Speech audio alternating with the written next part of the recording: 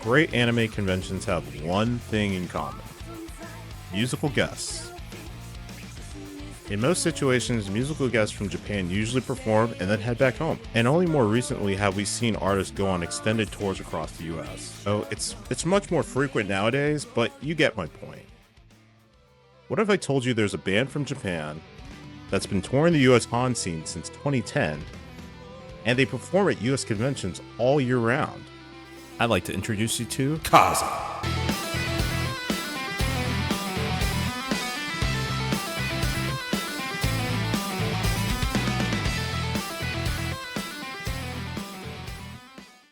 Kazha is a 100% Japanese hard rock band. They've been a staple of the US anime convention scene since their debut at Nandescon in Colorado some 15 years ago. They've played in over 35 states, over 80 cities, and well over 100 conventions so far. They've made Memphis, Tennessee their unofficial home away from home. As the only band from Japan within, let's just say, a large radius of Tennessee, the choice at first may seem a bit surprising at first. 普通行かないですもん。いや反対でもなんで絶対 LA だよ。いやかっこいいしさとかなんたとかいろいろあるじゃないですか。なんかもう生活の拠点もできちゃってるし。引っ越せないです。普通の人はここでね。Memphis, Tennessee isn't just a regular city. It's the home, birthplace of rock and roll. Their sound is a mix of hard rock, piano melodies, and even some elements of soft rock and alternative.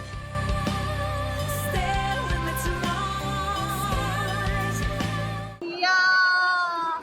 Good question. I never really thought about that because just because of my voice, maybe I wouldn't do growling or yelling. Those are not for me. Sure. I just don't feel like it fits me.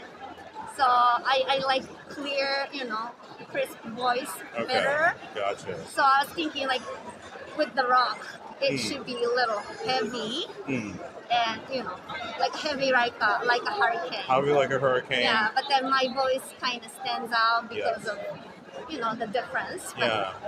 How would I describe the band members? Hideki Matsushige.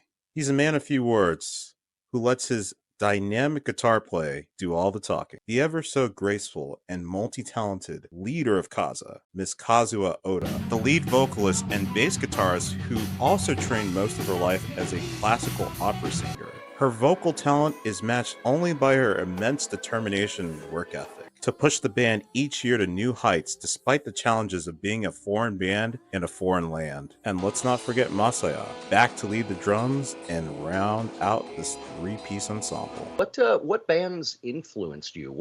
Who made you want to be a singer? Who made you want to be a bass player? And Hideki-san, who were your guitar influences? So many. But いるじゃん。なんだっけ、Nuno Bettencourt, Hendrix, to Metallica, Kakamet.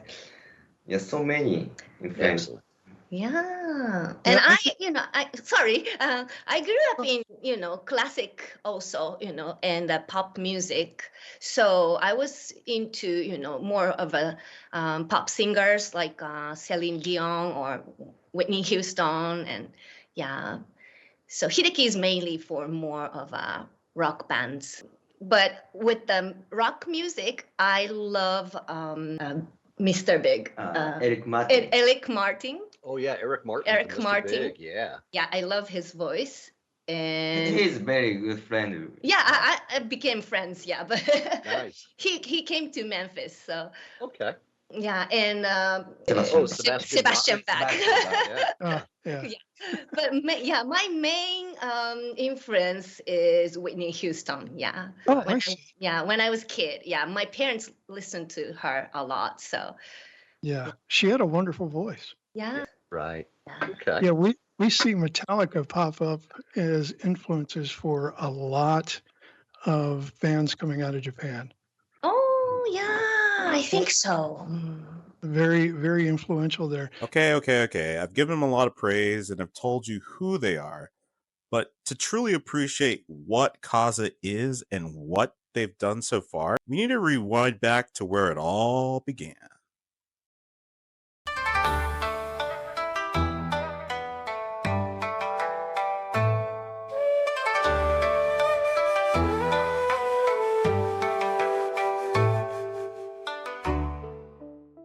Kazuha Oda was born in Yokohama and grew up in Chigasaki, a laid-back coastal town on the outskirts of Yokohama, far from the hustle and bustle of Tokyo. She grew up surrounded by a family that valued the arts. Her mom attended art school, and her sister Asaki is now a sculptor. She has her own gallery, and you can visit it. Link in the description. More on her contributions to the band later. Kazuha began singing and writing songs as a young child. Her parents sent her to school to learn classical music, but she always had one dream, a dream of becoming a singer on the big stage. A singer in a rock band, and she had a plan on how to get there. Her parents encouraged her and enrolled her in classical and opera training to help develop her vocals. She was taught by several teachers, but one that had a special impact on her was Professor Kawakami. I'll read a quote from my email correspondence with her. He taught me classical opera and vocals. He was such an honest teacher. When I sang for him at the first lesson, he told me that I was talented musically, but I didn't have any breathing techniques whatsoever. He gave me serious coaching to get that technique. I thank my parents for arranging the lessons with him. Unfortunately, he passed away last year. In 2002, she debuted her first solo album, which translates to Hotter Than the Stars, Higher Than the Sky.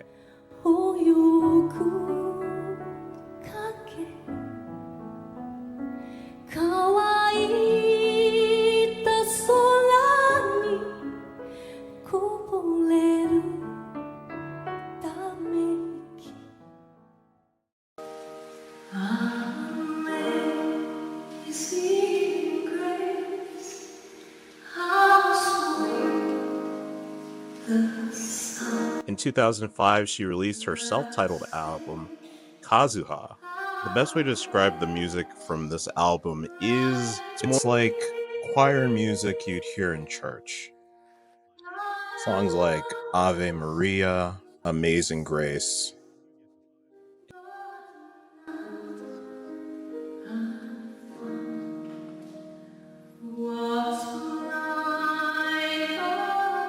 In 2004, she released the single Dakishimete, which featured the songs 100 Years and Dakishimete.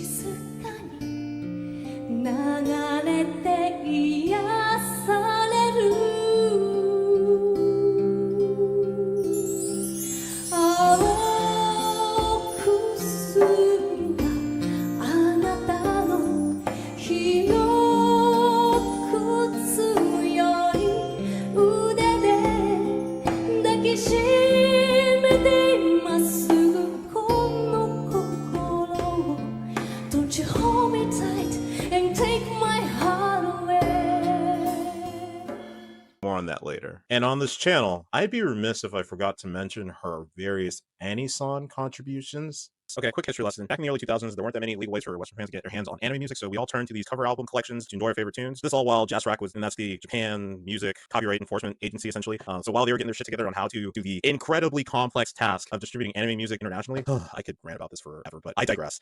Albums like the Japan Anime Song Collection and like Tokyo Pop and some others that I'll put on the screen right now, these were all lifesavers, giving us a legit way to access hit anime tracks. Yeah, all right, back to the video. Well, she recorded Anisong for the Japan Anime Song Collection 10, 13, 17, and some other Anisong collection albums that were out there at the time. Some songs you may know that she did covers for include Sakura Biori, which is the ending theme for Bleach, I believe episodes 110 to 120. The original is performed by Mai Hoshimura.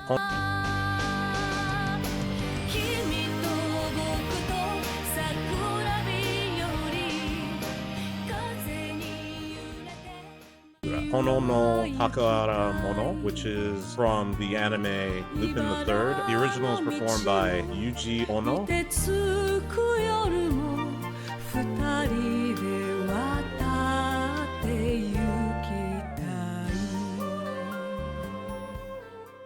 and Blue Water from Nadia, The Secret of Blue Water, and the original is performed by Miho Morikawa.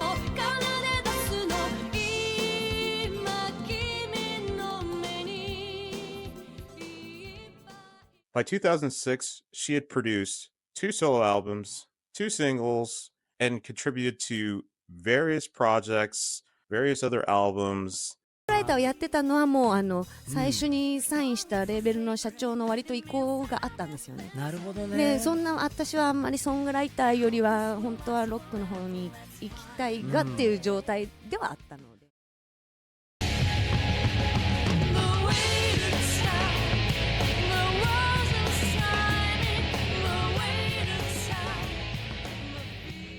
In 2006, she joined Heaven's Dust, a Japanese metal band that was a mix of wagaki meets metal. Kazuha joined as the female vocalist and songwriter. She wrote and recorded 2 albums with them, Without a Voice in 2007 and Closure Leading the Way in 2008. After almost 2 decades of vocal training, she'd achieved her dream of becoming a vocalist in a rock band. But she wasn't done yet. Guess who also was on Heaven's Dust? Kazuha and Hideki decided to form a new band that would sing primarily in English and perform primarily in the United States. Like, yeah. The main reason should be because of our genre, you know, because hard rock, kind of metal-ish music is not that big in Japan. I mean, it can be underground thing, you know. Because a lot of times, any era, Japan is big about, you know, teenager dancing, singing. Our genre, I think, I felt US is better market. You know, people love metal still. Yeah. And looks like rock still does good in US. You know, I'm singing in English and, you know, we wanted to go worldwide, you know, maybe hopefully get a Grammy, you know. And it's never too late. Yeah, for us to do that, we can't just sing in Japanese. Yeah, I see what you mean. Yeah. Becoming big in US might be the first thing we should focus, I thought. Gotcha. So, yeah. For a Japanese indie band, this was a very bold and forward-thinking move back in 2010 when Japanese music was much less widespread outside of Japan. History lesson number 2. Japan was a music powerhouse in terms of sales. For over a quarter of a century, Japan has been the number 1 or number 2 music market in the world by pure sales numbers. So you can kind of understand why conservative music execs would be kind of hesitant to invest in promoting an artist overseas when their domestic numbers were excellent. Because even when a star would try to break out internationally, they would usually, I won't say fail, they usually wouldn't do that well. J-pop royalty like Utari Hikaru, I mean, this is the queen of J-pop. She was in at least one of the most popular video game franchises of all time, internationally. Even she struggled to reach an international audience, even when making English-only albums. Duran Gray had a little bit more success within like the metal community in the US, but nothing close to what they were doing domestically. The Japanese music scene was thriving at home, so labels rarely pushed for global expansion, leaving Western fans to niche imports for their J-pop and J-rock fix. Okay, back to the video. And just like that, Kazha was born. They started writing and recording their first album in Japan, and then came to the US to debut officially. これなぜなんですか？ですね、ロスにいる間にたまたま出会った日本人の方が、メンフィスでビジネスを持ってる方で、でメンフィスを勧めてくださったんですね。なるほど。でやっぱりロックンロール発祥の地だから、やった方がいいよあそこでみたいな。で一回行ってみたらもうすごい好きになっちゃって街が。And they really took being a part of Memphis to heart. They were officially accepted as Memphis Music Ambassadors in 2019. ちなみにこのミュージックエクスポートメンフィス公式アンバサダーって何なの？ですね、メンフィスの音楽とかメンフィスの文化を外に持っていこうっていう動きなんですよね。でどんどんやっぱりロックンロールの発祥の地って言っても、だんだんその時代とともに変わるんで、なんか古いものになっちゃってて、多分、あんまりメンフィスを知らない人がいるので、で外にどんどん持っていきたいっていう動きから、誰かそのいい架け橋になる人はいないかっていうので探してって、選んでもらったので、私だったら日本にも持っていけるし、あとはアメリカでも国内でもね、いろいろね、州が違うんで大体行くとこが。At first I was kind of surprised they, chose me, and then because I'm Japanese, Why and so? I've been feeling like we're outsider, kind of like we're not from here, Yeah. and Nobody's from Memphis. Oh, really? You become a Memphian the second you say, you know what, I'm gonna work my butt off. That's when you become a Memphian. Seriously, nobody's from Memphis. I mean, you could be born here. We're all transplants, man. So guess what? You're one of us. We now return to Asaki, Kazuha's sister. She's responsible for all the art in Kazha, such as the logos and the cover art. I got to speak with her at SacAnime 2025 while she was helping her sister run the booth. Yeah, I kind of asked her, I wanted to make an official, mascot that looks like me in the wings and the having the base. Yeah. And yeah, she was. And originally it was hand drawn. I did nowadays actually, not when I did this, but nowadays I do a lot of things with the iPad. Yeah. But this one was when I was just like sketchbook. Yeah, so I did like a couple different versions of drawings. And then we'll just keep, I'll show her like, hey, is this what you want? And I think she gave me like feedback from like, oh, I'm always like bare feet. Or like, oh, we want that color to be this color or something. Yeah. And then visually, I was thinking like it's a ripple of a sound. If she sings or he plays, and like all the sound with like each other. So like, it's like a repeat that spreads out was like kind of like my image. And then I kind of somehow wanted to incorporate that into her. In the last part of this video, we will talk about the band's music. I know.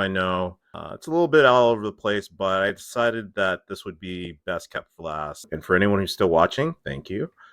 In 2010, they released debut album Overture, which features a new version of Unmei, a song from her days as a solo artist.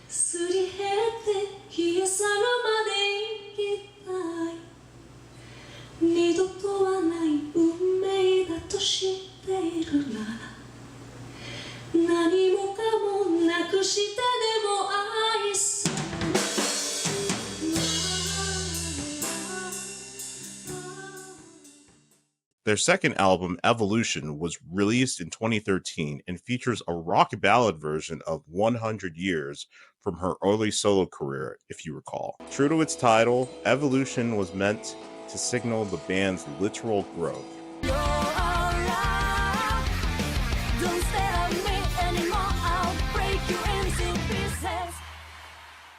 In 2014, she also became the band's bass guitarist. Her classical training in piano helped her to quickly learn bass guitar within a month, and she actually ended up debuting it at SacAnime 2014. In 2018, they signed with ESP Guitars, a renowned guitar company that has signed the likes of Izaki from Versailles, guitarists from Slipknot, and interestingly, Hatsune Miku. The partnership also came with the creation of custom guitars. So these are the guitars that you will see at concerts nowadays. Her very iconic black crescent, just a very custom shape that really fits with her gothic aesthetic. 5 years later, they unveiled their most well-known self-titled album, Kazha, which features many fan favorites such as Stay,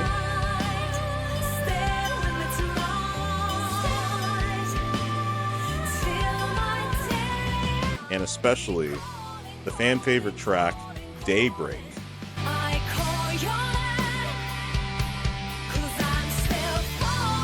And a quick shout out to Akio Boy Entertainment.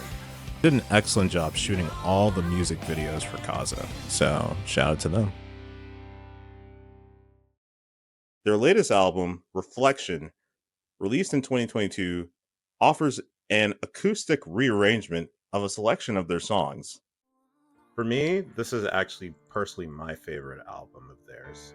Don't get me wrong, I love all their music, but there's something about the acoustic versions that really hit harder in the emotion, at least emotionally. Personally, my favorite from this album is Wonderland. The acoustic arrangement for Wonderland is just, it's hard to describe because for me it's bittersweet yet hopeful. I don't know how else to describe it, but I love it. I encourage everyone to just go check that out. It's there in my heart, you can't hear me. Do you still remember? I've been waiting for this wonderland. That's where I believe it called me together. That was another question I had, was how do you, because I think when people hear your acoustic, I feel they'll have the same kind of emotional reaction I have. Like and I'm sure your fans have said similar things. Technically, when I write, if I don't feel something special, then I kind of stop writing that song. So I, for example, if I start writing a ballad and going from a piano and, some melody, if I don't feel any type of feeling, I'll just let's go to another one.